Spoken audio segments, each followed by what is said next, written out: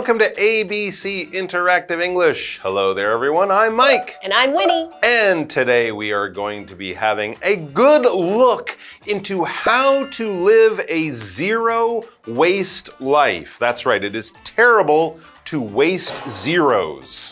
So when I do math, no zeros for me. Is that Mike, what we're talking about? I don't here? think that's what we're talking about. Oh, okay. Yeah. So what is a zero-waste life? Well, when you eat food, okay, your mom usually tells you you don't want to waste your food. Oh, okay. Right? Okay. Yeah. But today, it's a little bit different, okay? When we're talking about waste, we're actually talking about garbage. I see. All right. So trying to make as little garbage as I can in my life. Exactly. And I can have as many zeros as I want. You can have as many zeros as you want. Well, good. I plan to be a trillionaire. So there will be many zeros. No, there won't be. But okay, that is a good plan. Less plastic, less paper, less garbage, less trouble for me to do recycling. I like this idea. Exactly. Do you do this? I actually try my best to. Great. But, Mike, don't worry. You know, if you don't really have an idea, we've got a kind of Zero Waste 101 lesson for you today. And today's topic is how to live a zero waste life, part 1. All right, so some good steps you can take today and into the future to make you and the way you live more friendly and healthy for the environment. Exactly. I like this idea, and lots of zeros for everyone.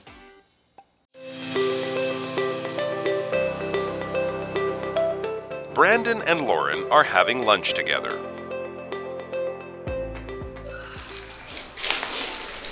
Hey, they forgot to give you a plastic knife and fork. No, they didn't. I told them not to give me those because I have my own. You carry your own utensils? That's right. I try my best to live a zero waste life.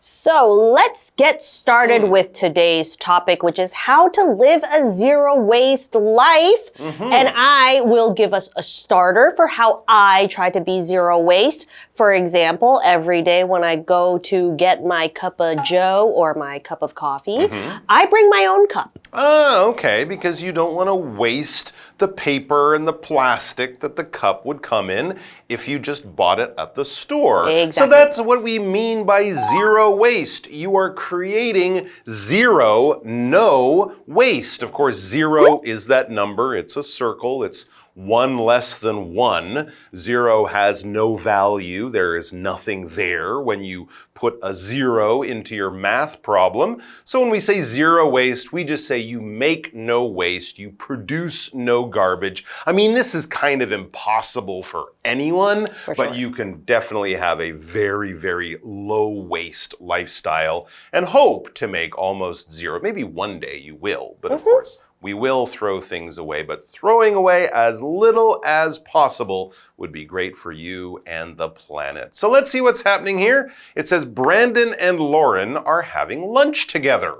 All right, that's a good time to have a conversation. And Brandon begins that conversation by noticing something about Lauren's plate or her tray, the food that she has there. He says, hey, they forgot to give you a plastic knife and fork.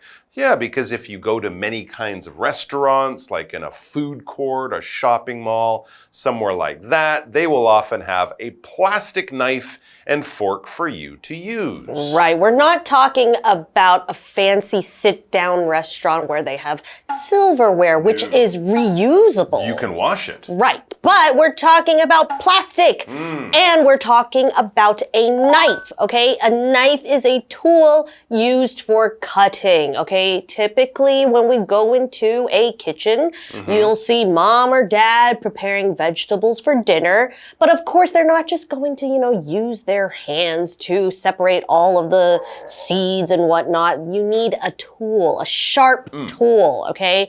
And you're going to cut into that vegetable or fruit or whatever with this device, this tool. It would be an ugly sandwich if I ripped the tomato apart before putting it in the sandwich. Wouldn't be very appetizing. I will use a knife. And then when the food is on your plate and you're eating it in the dining room, you could also pick it up and use your hands to eat it like the old days. Or if you're in Asia or anywhere else, you could use chopsticks. But another thing that you could use would be a fork. This is the other kind of very common dining utensil or thing we use to help us eat. Or stab. Or stab things, I suppose. But a fork will be the thing that's next to the knife, or you use it with the knife. It's long, you hold that part, and then it has 3 or 4 little they kind of look like that. They're called prongs or tines. Yes. Is the actual proper word. Sticky things. Sticky things that you poke into the food to lift the food to your mouth. Of course, we also generally have a spoon. The spoon will be for the soup, the knife will be for the cutting, and the fork will be for the lifting and putting in the mouth. So that's what we do. And yes, if you go to a fast food restaurant or a takeaway restaurant, they might have these made of plastic, which is cheap and convenient, but it does make garbage. A lot of garbage because you can't reuse it. Exactly. Now, Brandon's noticing, though, that Lauren doesn't have a knife or fork. He doesn't think she will eat with her hands, so he's wondering what's the plan. Right. So Lauren then says, no, they didn't. I told them not to give me those because I have my own. Oh, wow, she has her own. Now, of course, she has her own at home in the kitchen where you expect to find her knives and forks. So this is why Brandon's a little surprised. They're not at Lauren's home. So he says to her, you carry your own utensils? Right, this was her choice. Yeah, so she's kind of carrying them, or she brings them with her when she leaves her home. Right, exactly. So we have our verb here, which is to carry, which means to hold something. But in this case, you can also talk about bringing something with you on your persons. So for example, you could say, I like to carry my backpack with me wherever I go. Okay, so she is telling Brandon that this was her choice because she decided to bring her own knife, fork, whatever. Okay, and that's, not everyone will do that. That's true. So that's kind of an interesting thing. That's why Brandon notices and asks about her carrying or bringing her utensils when she leaves the home every day. Remember, we talked about knives and forks. We mentioned spoons. Those are the utensils we're talking about here. A utensil really could be almost any tool that you use in a useful way to make your life easier. It will probably be fairly small. You hold it in your hand. Doctors might have medical utensils that they use to look in your ears or look down your throat. And of course, a dentist will have a whole tray of dental utensils that they might use to look at your mouth and things. But when we say this utensil, we understand it to be a dining utensil, a tool, a small handheld thing that is used to help you eat. Chopsticks would also be included, but we wouldn't include things like cups or glasses. Right. That would be a different group, a different name for those. But things we use to move the food, to cut the food, to eat the food, those are our utensils. And she brings her own, I guess in a small case or something, although a lot of people might bring chopsticks. So she does the same thing with a knife and fork. Right. Cool. And even you guys at school will probably have writing utensils. Oh yeah, those So utensils. usually something you use with your hands, okay? Then Lauren finishes off this dialogue with, that's right, I try my best to live a zero-waste life. So this is Lauren's way of saying, hey, this is how I practice my zero-waste living. This is how I do my part to make sure I'm not contributing or to make more garbage. Yes. Yes, but I am excited to learn more ways to be more zero-waste friendly after the break. Yeah, she's setting a good example, and we, including Brandon, have many questions about that.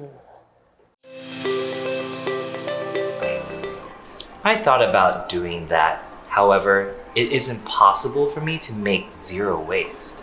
It's actually possible, but you need to work hard at it. How did you start to live a zero waste life? I started by carrying my own water bottle.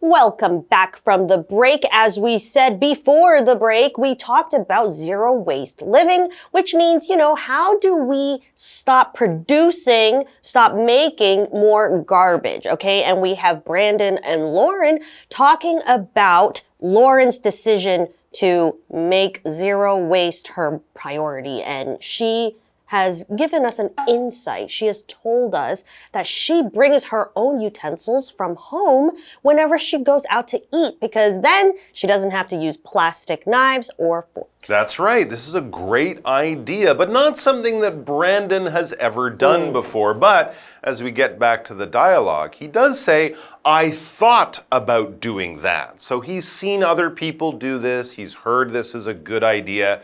He thought about doing it. Maybe he even tried to do it for a day or two. So this is an idea I know is a good idea, but, and he says in the dialogue, however, it isn't possible for me to make zero waste. He's kind of like this lifestyle, this way of doing things, being very careful with the environment is great, but it's just not convenient for me. He's thought about it, but it's not a change he thinks he can make, which is too bad. Right. He's a little bit skeptical, or as we could say, he can't really see himself doing it. He doesn't really know how to do it, right? And so therefore he thinks, it's not for me. Too much trouble. Right. But then Lauren, she's really trying to make him a zero waste, person. Okay. So she goes, it's actually possible, but you need to work hard at it. And that's true. No one said zero waste living was easy. It's not an easier way of living, but it's all about your beliefs, right? Exactly. And also maybe about talking to people who do that, finding out how they make it work, and sort of taking ideas from them. Tips, a big change in your life, being a vegetarian, I'm going to exercise more. It seems hard, but you find someone who does it and maybe they can give you some good tips. So he asks her for some ideas. He says, but how did you start to live a zero waste life? If I want to do this, what are some first steps that I can do? What did you do before? And then Lauren says, I started by carrying my own water bottle. So you guys at home, you guys at school, you guys might already be on the way to living a zero waste life, because you probably have your own bottle, which is our noun, and it is a container used for holding liquids or fluids usually, but now you can also use bottles to hold maybe dry grains or rice or something, but it's reusable, okay? So you could have a glass one or a reusable plastic one.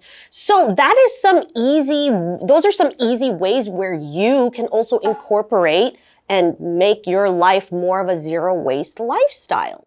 I think we have a lot to learn from Lauren. Brandon might also have his own ideas, and the good thing is we'll be back with them tomorrow for another dialogue about living a zero waste life. So come back and join us for that. Until then, hug a penguin, kiss a dolphin, and we'll see you back here soon. Bye-bye.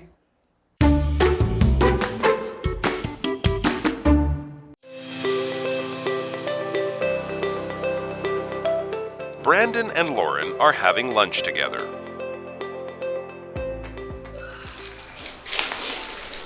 Hey, they forgot to give you a plastic knife and fork.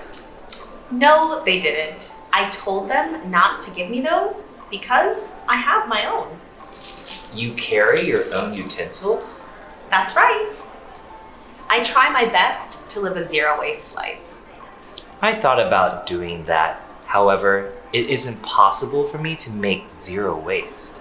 It's actually possible, but you need to work hard at it. How did you start to live a zero waste life?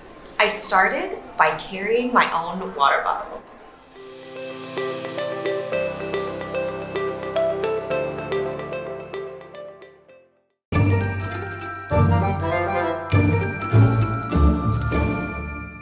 Hi, I'm Tina. 我们来看这一课的重点单字。第一个 knife 名词刀子，它的复数形式是 knives， 要把 fe 改成 ves。Bill cut the apple with a knife. Bill 用刀子切苹果。下一个单字 fork 名词叉子。Fiona ate the salad with a fork. Fiona 用叉子吃沙拉。下一个单字 carry 动词携带。I usually carry my own shopping bag to the supermarket. 我通常会带我自己的购物袋去超市。最后一个单字 bottle 名词瓶子。Can you fill the bottle with water? 你可以把瓶子装满水吗？接着我们来看重点文法。第一个 A tells B not to 加动词 A 要 B 别做某事。Tell 在这里指的是告知命令，它的三态是 tell, told, told。注意 not 要放在不定词的前面。我们来看看这个例句。My mom told me not to have candy before dinner. 我妈要我别在晚餐前吃糖果。下一个文法 try one's best 尽某人的全力，也可以说 do one's best。Best 在这里是一个名词，意思是能力可及的最高程度。我们来看看这个例句。Jenny always tries her best in every competition. Jenny 在每次比赛中总是竭尽全力。Competition 指的是比赛。最后一个文法 think about 考虑，它的后面可以接动名词或名词。Think 是思考的意思，它的三态是 think、thought。我们来看看这个例句。Nina thought about moving to Japan. Nina 考虑过搬去日本。以上就是这一课的重点单词跟文法，我们下一课再见，拜拜。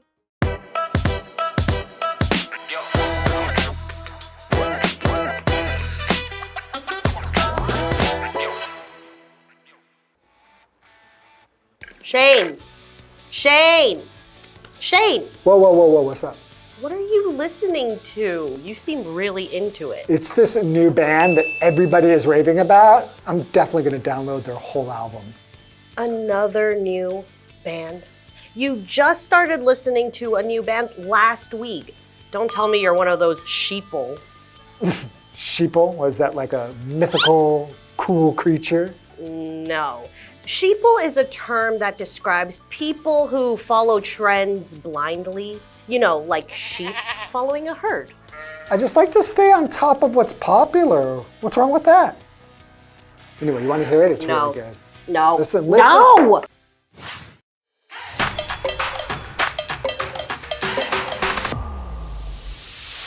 Welcome back. Today we're going to talk about the word sheeple.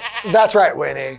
Sheeple is a blend of sheep and people, and it's used to describe individuals who follow the majority without critical thinking. It's often used to point out the behavior of people who are easily influenced by their peers or by popular opinion. An example sentence could be, don't just buy that phone because everyone else does. Don't be like one of those sheeple. Another example could be, everyone's dining at that new restaurant, but I don't want to be one of those sheeple. Exactly. The term is often considered derogatory, as it implies a lack of individuality or autonomy in making decisions. Right. While it's okay to be part of the crowd, it's also okay to stand out and think differently. Don't be like those sheeple, be yourself. That's all for today. See you next time. Bye-bye. Bye-bye.